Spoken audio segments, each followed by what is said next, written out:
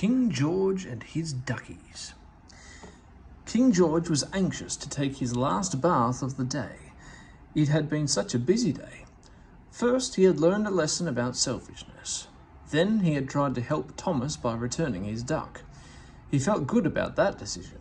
In fact, he was thinking of giving almost all of his duckies to boys and girls in the kingdom who didn't have any duckies at all. "Louis," King George called to his faithful servant and friend. "Yes, King George, what is it?" Louis answered from the other side of the king's bathroom door. "I have an idea." King George opened the door and hurried over to his closet full of ducks. "You see all these duckies?" King George asked as he pulled the closet doors open. "Of course I do," Louis replied as several duckies came tumbling out. "I think we should donate these duckies to all the boys and girls in the kingdom who don't have any duckies at all. After all, if I get in the bathtub with all these duckies, pretty soon there won't be room for me." The king took a ducky out of the closet and gave it a squeeze. "That's a wonderful idea, Your Highness." "Sing with me, Louis," King George commanded. "Some kings love horses and some kings love cattle. Some kings love leading their troops into battle. But me, I'm not like that. I find that stuff yucky. I'd much rather share some things like my ducky." "After all, Louis, I love my ducks," the king added. "But I also love all the people that God created in my kingdom." "That's very true, Your Highness." Louis was so pleased by the king's change of heart. "Perhaps we can ask Thomas to help us with this mission, Louis," the king proclaimed. "That's a fine idea, sir. I'll call him tomorrow." "But right now I must take my bath, Louis," the king reminded him. After King George's bath was ready, he got into the soapy water with his favourite ducky. He gave his ducky a squeeze and began making plans to share his other duckies with all the boys and girls of the kingdom. "Prepare the duckies, Louis," King George called out. "We'll go to Thomas' house first thing in the morning and make our deliveries." "Yes, sir," Louis answered with a smile.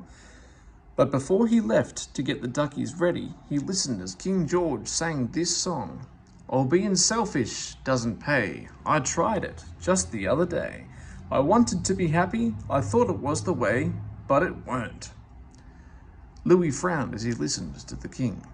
He still hadn't gotten the grammar in that song quite right.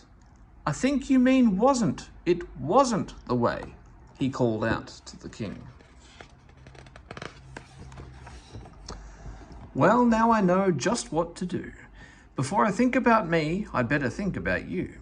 So send the message out to every boy and girl. There's no better way to make a really yucky world than being selfish. It doesn't pay. I tried it just the other day. I wanted to be happy. I thought it was the way, but it weren't. "Wasn't," Louis called back. "It wasn't the way." But King George continued to sing his song. "Weren't. No, it weren't." Louis sighed. Grammar isn't always everything. At least the king had learned not to be selfish. That seemed to be a whole lot more important.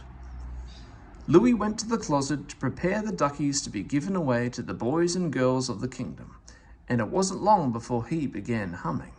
"I wanted to be happy. I thought it was the way, but it weren't. No, it weren't. No, it weren't."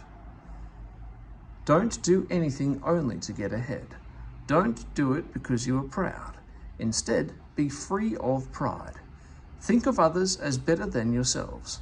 None of you should look out just for your own good. You should also look out for the good of others.